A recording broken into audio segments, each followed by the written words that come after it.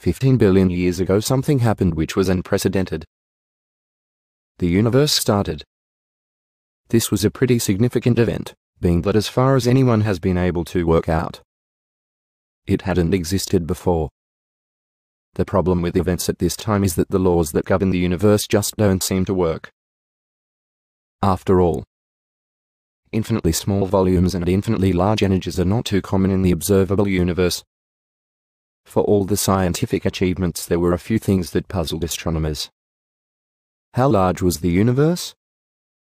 How did it form? How old is it?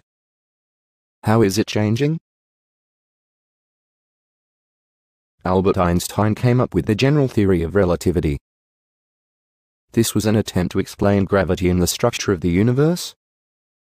One outcome of the equations used to explain relativity was that the universe could not be static. That is, it is always changing. Einstein was a firm believer that the universe had always existed and overall did not change much.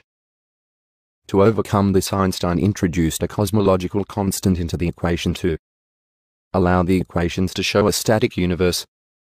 In time, Einstein regretted this small fudge to his equations. Not long after Einstein, a Russian scientist, Alexander Friedman, used the relativity formulas to show that the universe must be either expanding or contracting. His idea was that the universe was created from a small region of space that expanded was not taken seriously.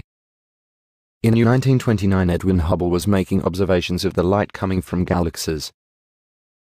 In particular, he was looking at the spectra coming from those light sources. Spectra are the patterns formed when natural light is refracted. The pattern is most familiar in rainbows. The spectra coming from stars usually have a series of dark bands where energy have been absorbed, either by atoms in a star or atoms in interstellar dust clouds. He noticed that light spectra coming from stars was shifted into the red end of the spectrum.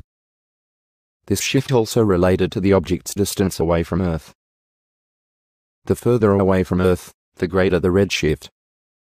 This showed that all matter in the universe was moving away from each other. And the further away the object, the faster it was going. The answer wasn't that our solar system was in the middle of the universe. Rather that everything was moving away from everything else. As the universe expands, the amount of space between everything also expands. So it appears that everything is moving away from whatever point you are observing from. A balloon can provide a way of visualizing this. Draw 3 circles on the balloon. As the balloon expands, the distance between each circle gets larger and each appears to be moving away from the others, without any of them being in the center.